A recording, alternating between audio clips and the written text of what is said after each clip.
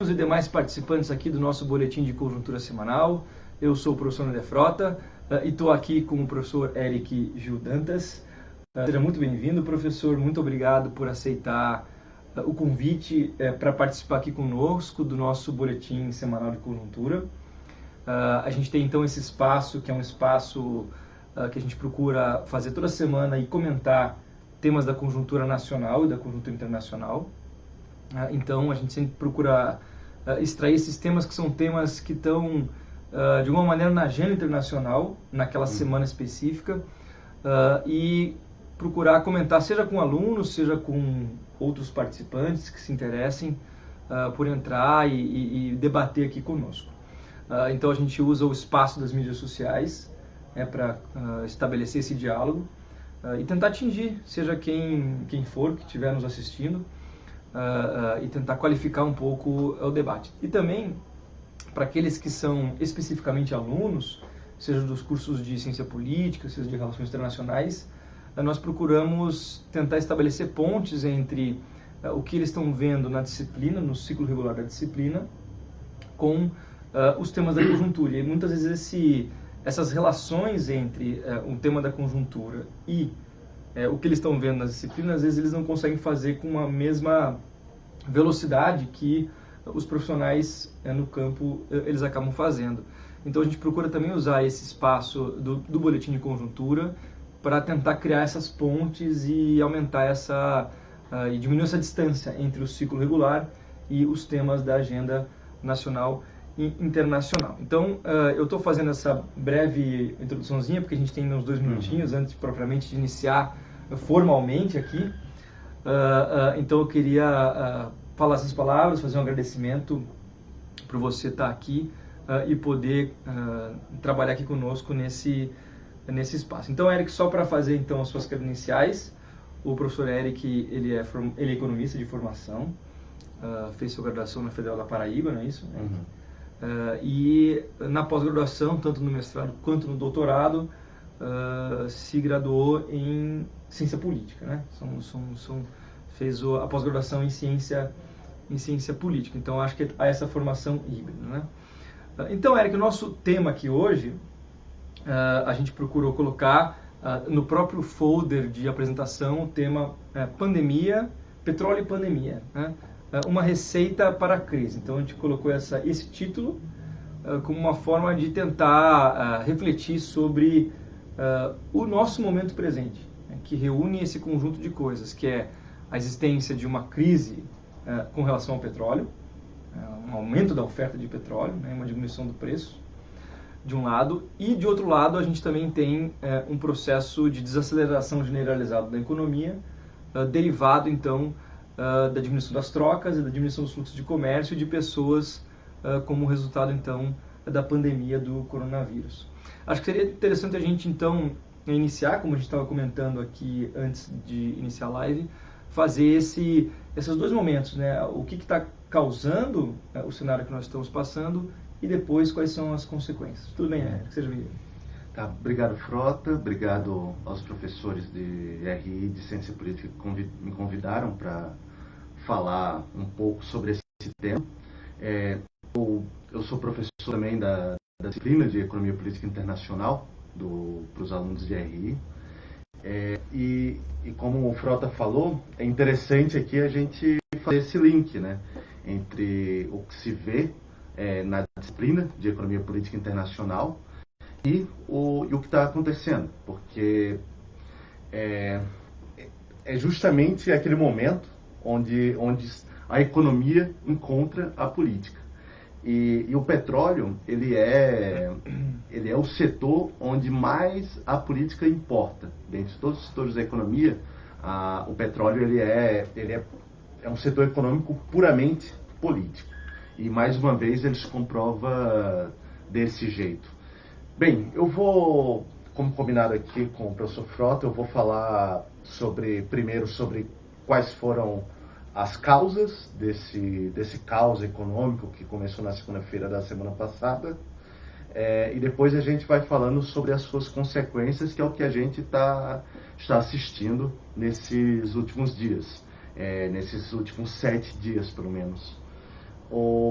Bem, aí vocês entrem aí, podem fazer perguntas, comentários, discordar sobre análise ou qualquer outra coisa referente ao tema. Bem, o que causou, primeiramente, esse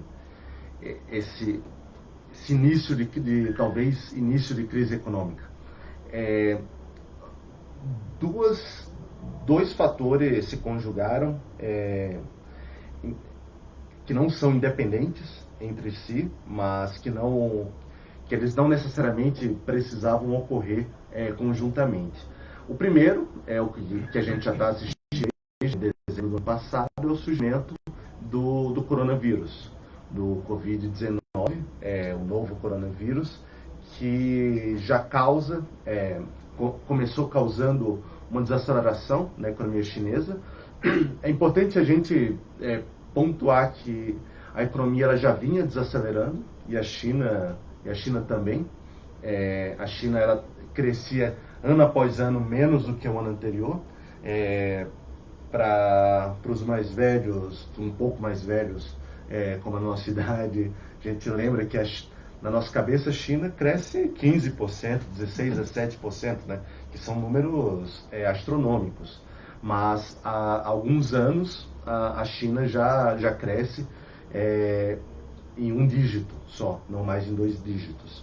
E a China já vinha desacelerando, o mundo já vinha desacelerando, alguns dados já comprovavam isso, como a produção industrial da Alemanha no ano passado, números vacilantes dos Estados Unidos, que ora mostravam um crescimento, ora uma estagnação, no restante da Europa, e o Brasil, como a gente viu no dado do PIB, que saiu na semana retrasada, crescendo 1,1%, né? 1,1%, em termos per capita cresceu 0,3%, praticamente uma estagnação. Ou seja, o mundo já estava desacelerando. E o coronavírus ele veio concretizar essa desaceleração.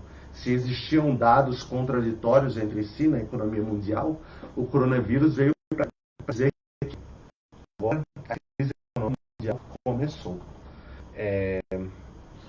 E o segundo fator foi o preço do barril de petróleo, que também já vinha diminuindo desde o ano passado, quando chegou ao recorde de uns $65, se eu não me engano,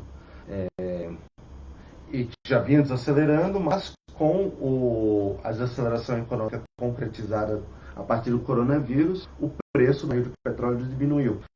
Primeiramente por conta da diminuição da demanda da China, a segunda maior economia do mundo, e petróleo, a demanda do petróleo cresce quando a economia cresce, porque o petróleo ele é interessante a gente lembrar que o petróleo ele é um produto que tem inúmeras funcionalidades. Ela não serve só para gasolina e para diesel, né?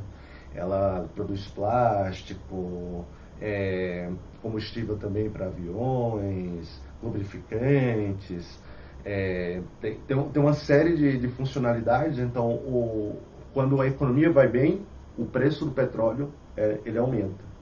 E já diminuindo o preço do petróleo, a OPEP, que é a Organização dos Países Produtores de Petróleo, Exportadores de Petróleo, que o principal país é a Arábia Saudita, né? É o maior produtor de petróleo do mundo. Ele decidiu, junto com o restante da OPEP, se chama agora na verdade OPEP+, que é a OPEP mais os aliados, dos quais um deles a Rússia. A OPEP propôs a diminuição do preço do barril de petróleo, porque quando a demanda cai, o preço, em tese, a partir de uma concepção de economia de mercado, o preço também cairia. Mas a OPEP ela surgiu justamente como cartel, como uma organização que gerencia o oligopólio ele faz com que, quando a demanda cai, ele também cai a oferta, a produção de petróleo, fazendo, a partir disso, controlando o preço desse produto. E a Arábia Saudita e a OPEP tinham proposto a diminuição na produção de barris de petróleo para dar conta da diminuição da demanda. E isso fez, mas a Rússia, a partir de pressão do empresariado russo, um grande produtor de gás principalmente, ele recusou diminuir a produção, porque isso causaria prejuízo para os seus empresários. E, como represália, a Arábia Saudita ela decidiu diminuir o preço do seu petróleo e aumentar a quantidade de produção, quanto de petróleo que a Arábia Saudita iria produzir. E no momento de diminuição da demanda, isso fez com que aumentasse drasticamente a oferta, enquanto que a demanda diminuía também. Então isso fez o preço do barril de petróleo diminuir. E causando todo esse caos que a gente começou a assistir na segunda-feira passada, que foi quando a Arábia Saudita, a partir da sua estatal, a Aramco, fez isso. E a partir disso a gente teve assistiu toda essa novela iniciada na semana passada. Então, Éric, a gente já tem aqui, Éric, vários alunos e demais participantes aqui que já estão entrando, já se manifestaram. Em geral, a gente funciona só entra da noite, fala o Polo que está, da onde está assistindo o Polo, né? A gente tem alguns alunos com a gente aqui fazendo uma menção honrosa a eles, né? A Claudiene, a Suame, o Marcelo, o On, a Rosana. Então, são os alunos e também outros participantes que estão sempre conosco, né? Antes de passar para as perguntas, Éric, acho que foi bem interessante essa introdução, essa primeira apresentação sobre essa crise do petróleo, né? É interessante também se a gente fazer um paralelo e retomar os anos 70. Os anos 70 foi um choque do petróleo, né? No caso que a gente está vendo agora, ele é um aumento da oferta de petróleo e uma redução do preço. No caso dos anos 70 foi o oposto, né? A gente tinha uma redução na oferta e um aumento do preço, né? E só isso, por si só, essa mudança no que diz respeito à política de produção de petróleo da OPEP, especialmente puxado pela Arábia Saudita, seria um fator bastante impactante para o funcionamento da economia, do sistema econômico global. Agora, combinado a isso, Éric, acho que a segunda parte dessa primeira introdução, a gente também tem uma desaceleração causada pelo coronavírus. E é isso que está, em certa medida, também contribuindo para boa parte dos mercados financeiros e das bolsas de valores, que são o núcleo pelo qual as transações financeiras são efetuadas, também bater recordes para baixo, né? Como é que a gente pode ver isso? Bem, pegando a Bovespa, que ela chama B3, né? O mercado de capitais, a bolsa de valores, ela é um termômetro da economia Ele não é o melhor dos termômetros, porque tem uma série de outros fatores, né, que impactam. Uma delas é a especulação, que não é uma variável econômica, é uma variável psicológica. Mas essa variação para baixo de todas as bolsas de valores do mundo, ela teve sim uma correlação perfeita com os acontecimentos econômicos da economia real. A Bovespa, ela vinha até dezembro, ela vinha em uma ascensão. Ela bateu recordes de pontuação, porque apesar de a gente ver todos os dias, segunda a sexta, os dias úteis, a variação da Bovespa, da Dow Jones, Nasdaq, enfim, das bolsas de valores, elas têm pontos, né, pontuações. E a maior pontuação da história da B3, da Bovespa, tinha sido, se não me engano, em dezembro do ano passado. Mas isso tinha sido decorrente de um outro movimento, que não necessariamente um crescimento econômico, as pessoas estavam com mais dinheiro para colocar lá na Bovespa, a gente sabe não, né? Como a gente estava falando, a gente vem em um período de desaceleração econômica. No entanto, a diminuição da taxa de juros da Selic, ela tinha feito com que muitos investidores, principalmente pessoas físicas, que tinham dinheiro em títulos públicos, em outros ativos, com a diminuição da taxa de juros, elas migraram para a Bolsa de Valores porque elas precisavam de uma rentabilidade maior. Dentre isso, pessoas que fazem investimentos para a Previdência, enfim, que precisam de uma rentabilidade mais alta. E isso explicou o movimento que fez com que a Bolsa de Valores se valorizasse até dezembro do ano passado. Já vinha em queda, mas ainda acima dos 100 pontos, até que em segunda-feira da semana passada houve essa questão do preço do petróleo. Tanto que a mais afetada na segunda-feira tinha sido a Petrobras. Esse primeiro choque na Bovespa foi causada por conta do conflito entre a Rússia e a Arábia Saudita em relação ao preço do barril de petróleo. No entanto, nos outros dias, aí a gente passou a ver outras questões, né?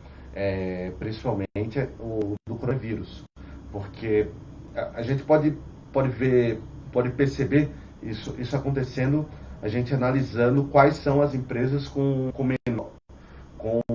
maiores perdas na Bovespa. Segunda-feira era a Petrobras. Em outros dias foi a Azul, a Gol, a CVC, todas elas vinculadas a um setor de turismo, de transporte. A gente deveria pensar que, diminuindo o preço do petróleo, diminuiria a querosene, utilizada para o combustível do avião. Então ficaria mais barato e as pessoas procurariam mais. No entanto, as pessoas, além da desaceleração econômica, as pessoas também, o que já estava atingindo o setor de turismo, de transporte aéreo, países passaram a dificultar a mobilidade das pessoas.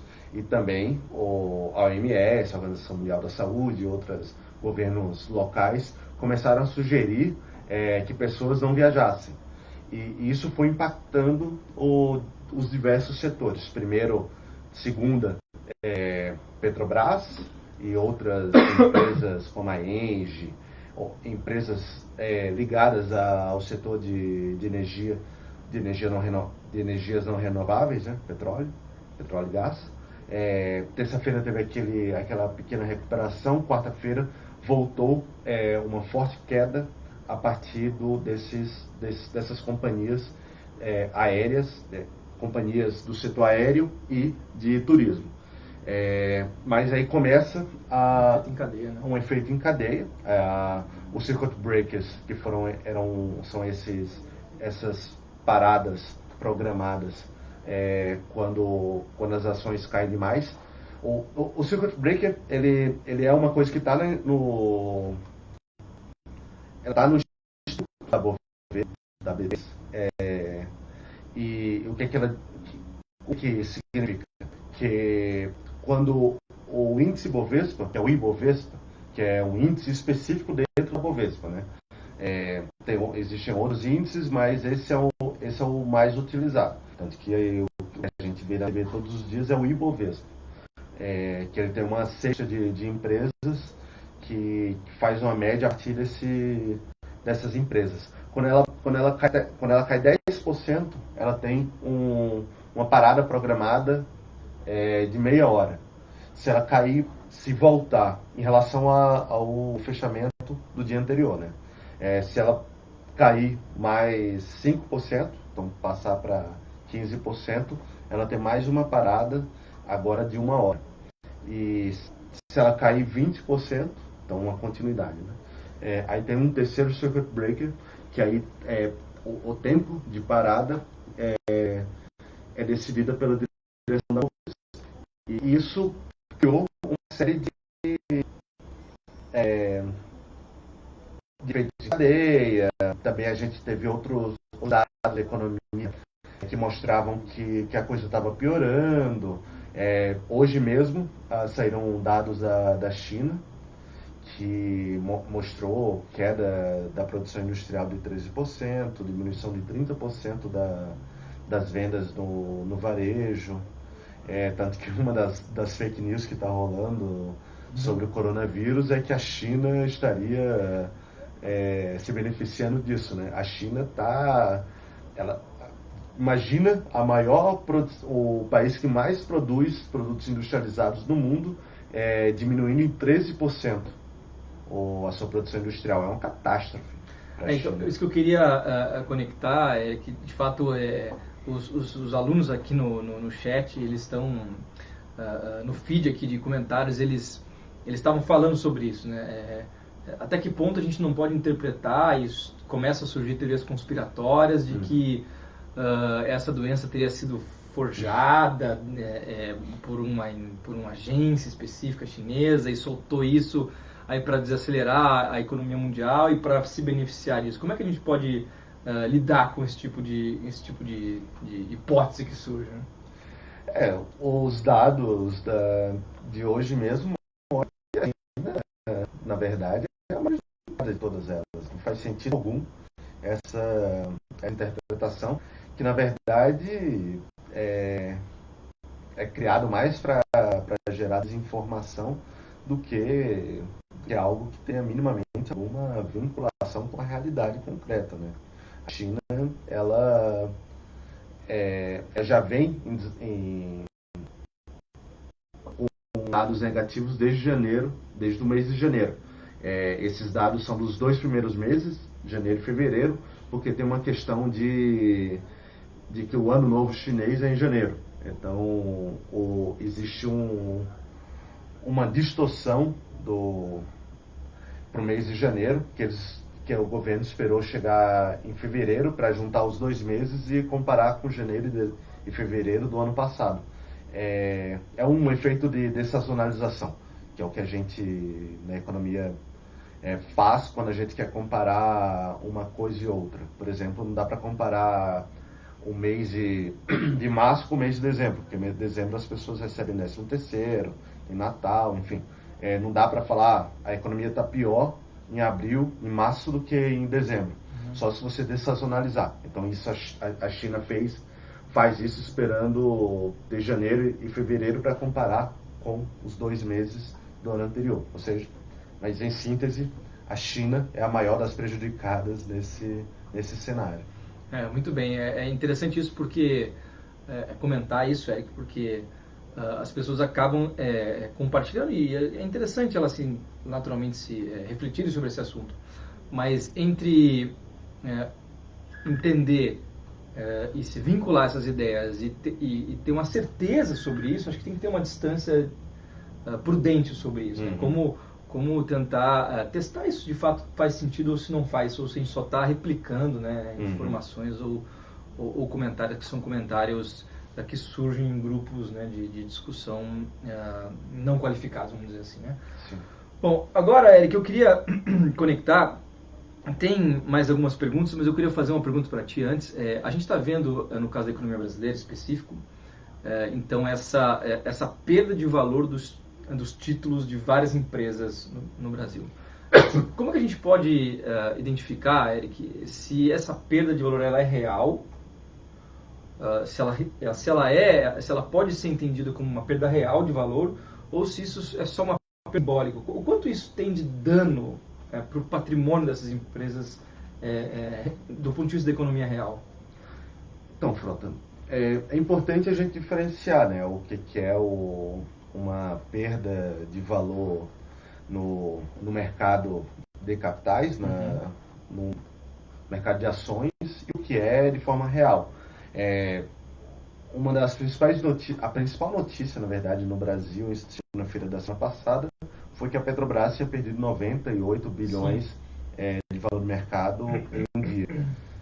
Não é que os ativos da Petrobras passaram a valer quase 100 bilhões de reais a menos de 24 horas. São as ações dessa empresa, que podem se recuperar. O efeito dessas grandes variações muito mais para quem está dentro do mercado de ações do que para a empresa em si. Primeiro, o valor de mercado no mercado de ações é mais importante para a empresa quando ela lança ações, as chamadas IPOs, que são as ofertas iniciais de ações. Isso porque a empresa vai ao mercado de ações emitir ações para receber dinheiro, se capitalizar, investir, fazer o que quiser. E isso tem aí o preço da ação naquele momento tem uma questão objetiva para a empresa, né? Porque se ela vale R$100 ou vale R$50, vai ter um efeito que aumenta a capacidade de investimento dela. O seu caixa vai estar X ou 2X. Mas depois o efeito direto não é para a empresa, é mais para o mercado de ações. Obviamente, isso é um termômetro para a empresa conseguir algumas coisas, como empréstimo, outros tipos de emissão de dívida, como debêntures. É um termômetro, mas a Petrobras ela não perdeu, ela não deixou de valer de uma forma mais real 100 bilhões de reais naquela segunda-feira. Então a gente tem que olhar com certo cuidado, né? Quando fala dessa perda de valor de mercado a partir de ações. Geralmente, quando a empresa vai ser vendida, ela não é mensurada a partir disso, e sim de uma auditoria contábil, enfim, tem essa diferenciação. Que a gente tem uma pergunta aqui feita pela Ramani Lima. Ela fala assim, com relação à economia brasileira, o governo anunciou um programa de medidas para prevenção do coronavírus. O ministro da Economia, Paulo Guedes, anunciou que será injetado 147 bilhões para a circulação da economia concentrada nos próximos 3 meses. A longo prazo, esse capital de giro tem algum impacto negativo? O Paulo Guedes ele anunciou essas medidas falando que quase nenhuma tem impacto fiscal nas contas do governo. Por quê? Grande parte ele está antecipando o dinheiro que o governo pagaria posteriormente, como essa antecipação do 13º do INSS, o pagamento antecipação do abono salarial, a transferência do PIS pro FGTS para ser sacado, tá dando mais prazo para pagamento de tributos para empresas, ou seja, são questões que estão sendo antecipadas. Existe um efeito se o aposentado gastar o seu 13º em abril, porque em dezembro ele não vai ter o 13º, né? Então o governo está apostando em uma antecipação, mas há um efeito posterior que é a diminuição da renda em dezembro. Então vai ter um efeito negativo, economicamente falando, no final do ano. Acho que não sei se a pergunta da Ramani, acho que ela está pensando, não sei se eu estou correto ao interpretá-la, se promover esse pacote de medidas agora, isso contribuiria para agravar um cenário de crise brasileira no futuro. Eu acho que me parece que a intenção agora é promover uma espécie de uma política anticíclica para tentar reverter esse processo recessivo. Acho que é um pouco esse o intuito, né, Eric? O mundo inteiro está fazendo algum tipo de política, né? Porque a gente mergulhou se alguém tinha dúvida que uma crise econômica poderia eclodir nesse ano, não existe mais. Né? Os Estados Unidos, há previsões de que o primeiro trimestre da economia americana seja de crescimento negativo, que é uma coisa Estrondosa. Para a economia mundial. É a maior economia do mundo. Então, todos os países estão fazendo algum tipo de política econômica anticíclica. Anticíclica no sentido de que as crises são cíclicas e que você precisa fazer uma política fiscal que atenue essa queda. E diga uma coisa, Eric, a gente está vendo também na economia brasileira uma espécie de um estresse sobre o câmbio. Se a gente teve, talvez, nos governos anteriores quase como uma batalha para baixar a taxa de juros, me parece que o caso desse governo especificamente, desse momento que a gente está vivendo, a gente tem um câmbio que está fora de controle. Né? É como se a gente tivesse trocado a taxa de juros o desequilíbrio na elevação da taxa de juros pelo desequilíbrio de um câmbio que ele estourou um perfil de equilíbrio, vamos dizer assim, que seja aceitável, que seja benéfico para a economia brasileira. Como é que a gente pode reverter, será, esse quadro? O que a gente pode fazer para tentar reestabilizar um perfil de equilíbrio mais saudável do câmbio? Isso é um elemento importante desse momento de crise econômica brasileira, né? Na disciplina de Economia Política Internacional, a gente fala sobre câmbio, sobre diferenças de taxa de juros e que como isso impacta na economia nacional, né? A principal explicação no mundo para a desvalorização das outras moedas que não o dólar são duas. Primeiro, crise econômica. E numa crise econômica mundial, os detentores do dinheiro, eles procuram o lugar mais seguro para os seus investimentos. Ouro e dólar, né? Ouro e dólar. Sim. E cada vez mais dólar por ser, hoje a gente está em uma economia fiduciária, né? Baseada na confiança e não mais no ouro. Mas a ida do dinheiro para os Estados Unidos faz com que aumente a demanda por dólar. Em cada país no mundo aumenta a demanda por dólar, desvalorizando as moedas nacionais. No entanto, o Brasil, o real, ele desvalorizou. Se a gente pega a comparação entre outros países, a desvalorização do real foi maior do que de outros, do que países na América Latina, do que países na Europa oriental, quer dizer, oriental e central, do que países na Ásia.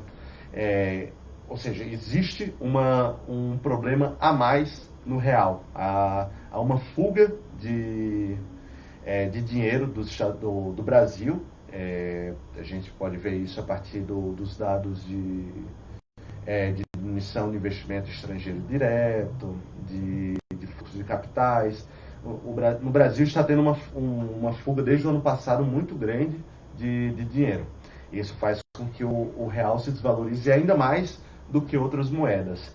E hoje ultrapassou o patamar dos R$5.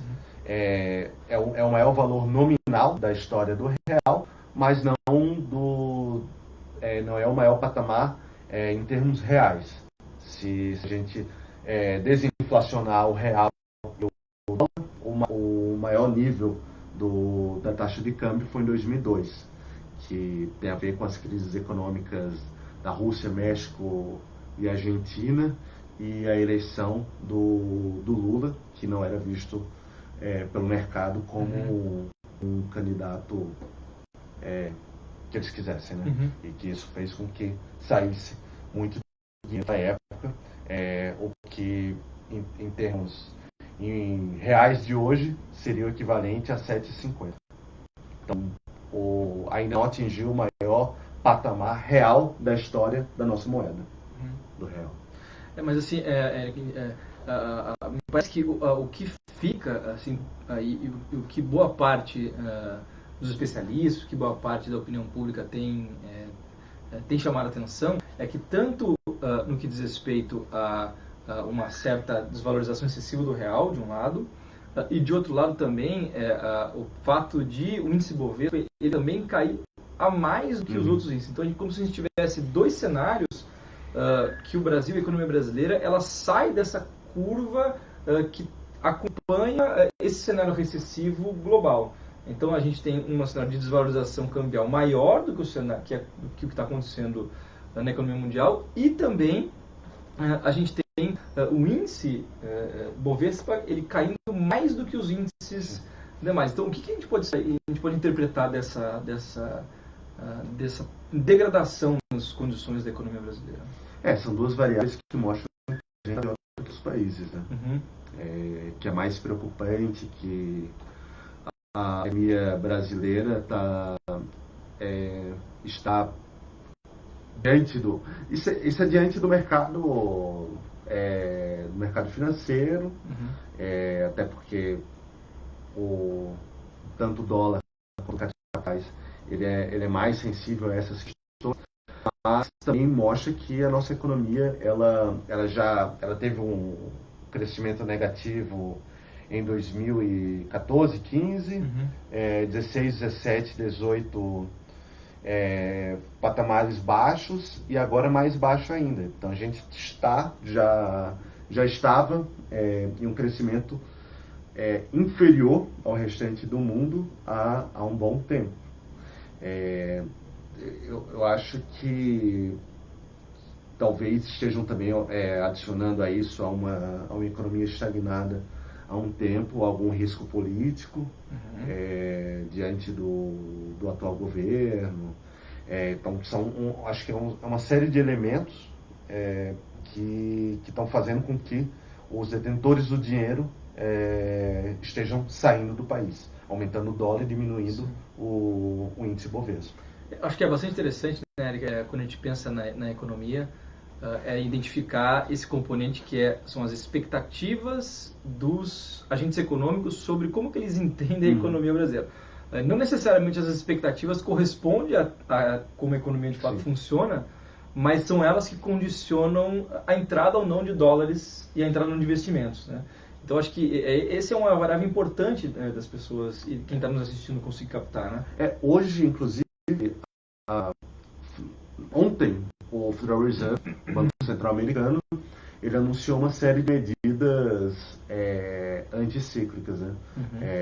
Eles avaliaram que a economia americana poderia ser muito prejudicada, tem essa previsão de crescimento negativo do primeiro trimestre, e eles adotaram uma série de políticas para incentivar a economia. E uma das coisas que impactaram negativamente nas bolsas de valores, inclusive dentro dos Estados Unidos, foi a questão de como os agentes viram que o Federal Reserve está interpretando o futuro. Então tem uma questão de expectativas. Porque o que a gente deveria pensar? O governo americano ele vai gastar, tá com um pacote aí de $1 trilhão para gastar para colocar a economia de volta. Então isso é bom, a gente pode continuar investindo porque em breve a economia pode melhorar. Mas o que os agentes econômicos viram? Que o Federal Reserve já percebeu que a economia no médio prazo está totalmente deteriorada, e tanto que ela vai gastar $1 trilhão, fazer todas as políticas monetárias que aquele Banco Central pode em um espaço de tempo de 15 dias. Então, eles viram que o Fed estava desesperado, e a partir disso, as expectativas do Federal Reserve são péssimas. Logo, mesmo com esse montante de dinheiro na economia, eu não vou investir, porque quem mais entende, quem mais tem dados sobre a economia mundial está traçando um cenário muito catastrófico. Então, se o Fed está fazendo esse cenário catastrófico, quem sou eu para botar meu dinheiro? É basicamente esse o raciocínio, né? Enfim, Eric, a gente tem... vou colocar mais uma última comentário aqui feito pelo Marco On. Eu queria que você fizesse, então a gente está chegando no final da live, a gente até passou um pouquinho do tempo que a gente costuma fazer, mas como o assunto era bastante complexo, exigia também bastante exposição sobre ele, o Marco On, ele faz um breve comentário só com relação ao pacote de reformas que o governo ele tem como meta, né? E ele faz a seguinte pergunta: será que qual seria o impacto das reformas, considerando esse cenário especificamente que a gente está vivendo na economia brasileira nesse momento? Existe, nesse último mês, existe um movimento muito grande agora de críticas às políticas do Paulo Guedes. Uhum. O que não havia no ano passado passou a existir. Desde do parlamento, com o Rodrigo Maia falando que as reformas não eram o suficiente para a retomada econômica, mas também dentro do campo dos economistas. Com os dois principais personagens disso, o André Lara Rezende, um liberal que foi um dos formuladores do Plano Real, mas que já vem, nos últimos 4 anos, vem publicando artigos e livros com algumas críticas a esse tipo de política, e a Mônica de Boer, que era uma professora da Fundação Getúlio Vargas, que agora está com uma posição de fellow nos Estados Unidos, não lembro qual que é a instituição, mas que são 2 economistas liberais muito famosos no Brasil. E a posição deles sobre a reforma é que não é um momento de contração fiscal, que são os efeitos dessas reformas. Porque quais são as reformas que estão colocadas? Ano passado foi a reforma da Previdência, agora é a reforma administrativa, que é um pacote que tem a PEC emergencial, que também é diminuição de salários e mudanças no serviço público, a PEC emergencial, a mudança de cargos... E eventualmente a tributária, talvez, né? Porque tem mais alguma dentro da PEC, da reforma administrativa, mas a outra reforma tributária que também não tem por objetivo aumentar gastos, fazer algo anticíclico. Eu acho que a gente está vendo, assistindo crescer essa opinião, é que as reformas elas não teriam efeito agora para um momento de crise econômica. E a gente pode ver que o mundo inteiro está se comportando de uma forma oposta ao que está sendo colocado essas reformas. Porque o argumento é o quê? Desde o governo Temer, essa mudança de política econômica, é que o mercado ele é liberal. Por quê? Porque o mercado ele se autorregula, o mercado, quanto mais condições para o mercado operar de forma livre, mais eficiente. A gente tem que criar um cenário onde haja pouco gasto público, então não haja aumento de dívida, aumento da carga tributária, e também haja um ambiente onde as pessoas possam investir, então que haja previsibilidade. Mas para esse momento, eu e cada vez mais economistas, e se a gente pega outros governos, não estão, sim, as políticas para agora, em uma crise iminente, onde os países não estavam preparados, não passa por aí, por essas reformas. Eu acho que tem muito mais a ver com as políticas que estão sendo adotadas a partir de agora, como as anunciadas hoje, do que essas reformas. Sim. Então tá bom, Eric, muito obrigado pela sua participação aqui no Boletim de Conjuntura de hoje. A gente até explorou aqui o nosso tempo. A gente faz um Boletim de Conjuntura que tem em torno de 30 minutos, mais ou menos, de duração, mas a gente até deixei um pouco mais de tempo, até pelo volume de assuntos e pela complexidade dos temas que a gente procurou abordar. Eu vou procurar responder também vocês que se manifestaram pelo Facebook. Eu trouxe algumas questões para dentro aqui do espaço da live, mas eu também vou responder aí diretamente no feed de vocês. Queria agradecer a participação de todos, né? Que caso vocês não tenham conseguido acompanhar desde o início, sugiro que retomem lá e acompanhem toda a transmissão. Podem fazer comentários, mesmo que eles sejam a posteriori, feitos depois, que nós vamos responder. Então, foram muitos temas. A situação do ponto de vista econômico ela é muito delicada. A situação do ponto de vista social ela também é muito delicada, e a gente procurou aqui qualificar um pouco esse debate e dialogar com vocês que estão nos assistindo e nos acompanhando. Então, muito obrigado, Eric. Obrigado, e até a próxima, pessoal. Tchau, tchau.